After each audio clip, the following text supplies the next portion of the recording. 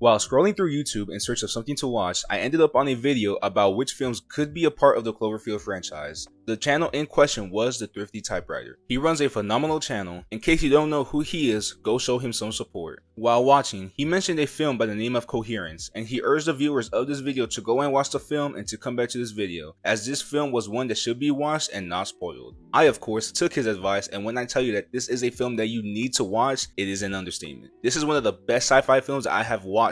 So let's sit back and let's dig into the reality bending of coherence. To start, the premise of this film is a group of friends at a dinner party. This same night is when a comet is going to pass the earth, and this is when weird things start to happen. Just as I was giving a warning, I am giving a warning now. If you have not yet seen this film, I highly recommend that you go and watch it and then come back to this video, as I will be recapping the events of this film in this video. Now that you have watched the film, or you are still here, let's get deeper and analyze this film. The film opens up with M, who is the lead character in this film, as she is on her way to a friend's house for a dinner party. As she is speaking on her phone screen suddenly cracks. More on this in a bit. Once she does make it to the dinner party, we're introduced to Beth, Mike, and Lee, as they are the only ones there at the moment. This is Mike and Lee's house. Em explains what happened in the car with her phone, and she believes that it has something to do with the comet. Lee talks about how she brought some liquid that can spike their drinks that they would like.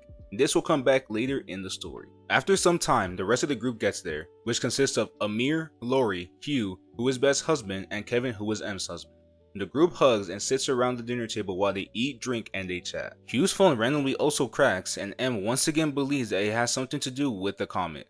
Hugh mentioned that if anything weird were to start to happen, his brother told him to stay indoors and to contact him, but with no phone, and with the internet also being down, this is impossible. As the group is chatting, they hear a noise outside and check to see who it is, and they find no one. But then the power goes out, not only for them but for the whole neighborhood except one house that is 2 blocks away. The group lights up candles, and Hugh and Amir take on the challenge of going to the house that still has power. Hugh wants to go in order to try to contact his brother to see if he may have some answers about what is going on. Time goes by, and the group hears more noise coming from outside. Upon first glance, nothing is there. Mike goes to power up the backup generators to restore power, and this is when Hugh and Amir return. Hugh has blood coming down the right side of his face, not much, but it is there. Hugh says that he saw something, but he does not want to say what he saw. Amir brings a box to the table. They open up the box, and it has photos of the group inside it, with numbers on the back of each photo. This is when Hugh tells the group that when he looked into the window of the other house, he saw them.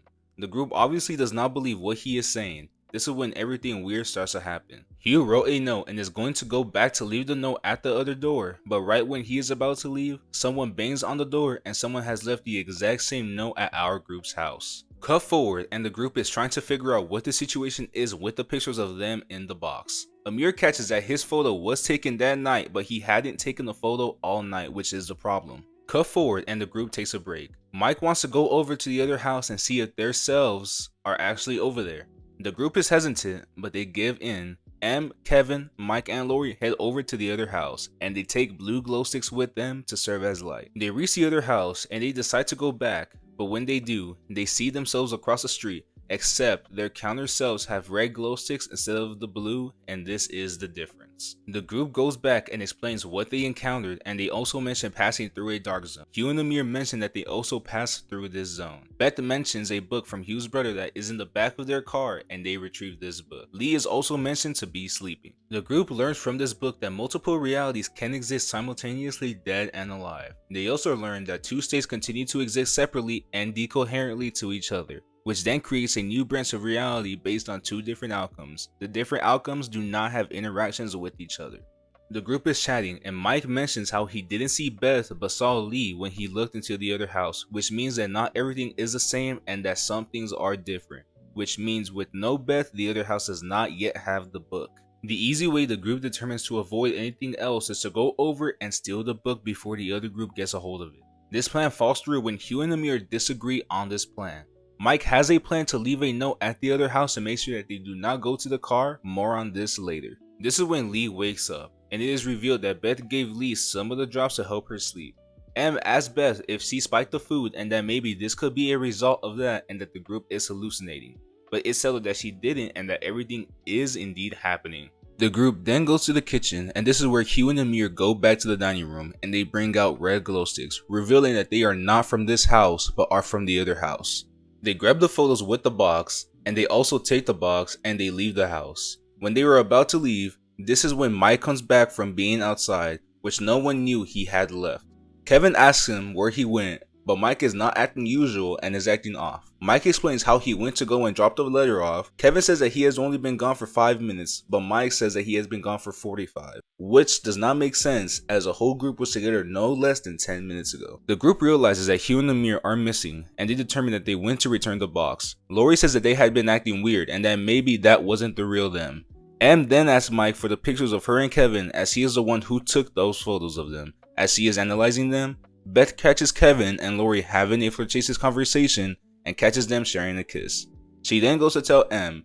M tries to bring it up to Kevin, but he brushes it off. The power goes out again and they hear a noise. The group goes and they find out that someone's car has been broken into. M goes to her car to get a ring and she encounters Kevin, but not everything is as it seems. Kevin doesn't remember what the group just did moments before. We then cut to the next scene, not knowing what had happened. When they get back into the house, this is when Hugh and Amir return. This is when it's revealed that Hugh and Amir never came back and that they had been in the other house the whole time. The notes come back up here when Hugh reveals that he never made it out to bring the note, which means that there are more than the two groups out there and that there could be an infinite number. The group tries to come up with a plan to mark the house so that they can find their way back to the house. This is where our group comes up with their version of the box from earlier in the film. This is where Amir takes a photo from the beginning of the film that he had never taken. The group rolls dice to determine their unique number that they will remember on their own, and they write this on the back of each photo.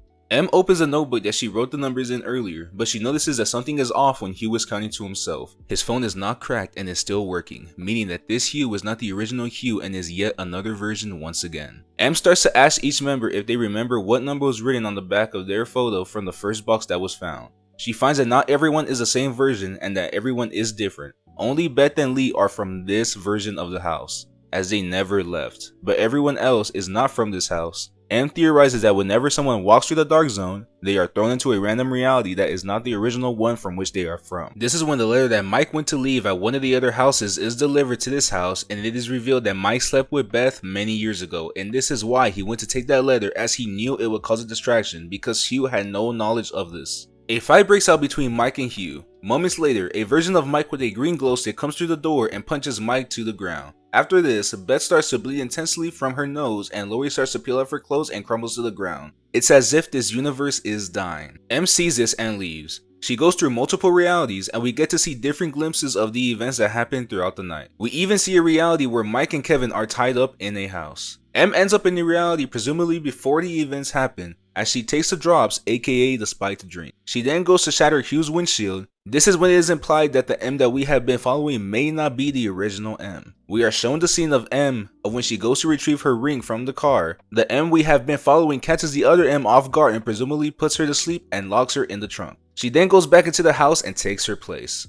The group goes to see the view of the comet, and M then sees the other M crawling back into the house. They both end up in the restroom, and our M bangs the other M on the head and presumably kills her. She then leaves her in the shower. We cut to the next day. It's the morning, and M wakes up to Lee cooking breakfast, and she sees Beth coming out of the shower, but there is no mention of the body. M goes outside and talks with Kevin. This is when Kevin gets a phone call from M, but she is standing right next to him, and he answers. He stares at M, and she stares back, then we fade to black. Now, let's talk about the ending to this film. The ending can be left to one's own interpretation. There are still many questions unanswered. What about the comet caused these realities to intertwine? One of the biggest questions I had coming out of this film was if the M that we followed through this film has always been the same M. The ending makes this seem she could be or cannot be. This film is one of the best films I have seen. I did not have any knowledge about this film or even that it existed. I am glad I gave this a watch and went in spoiler free, as this was reality and a mind bender of a film. Comment down below any other films you want covered here on the channel. Follow us on X at FilmsHQ. Make sure to drop a like and hit that subscribe button to help the channel grow. Turn on notifications to never miss an upload, and until next time, God bless. See you soon.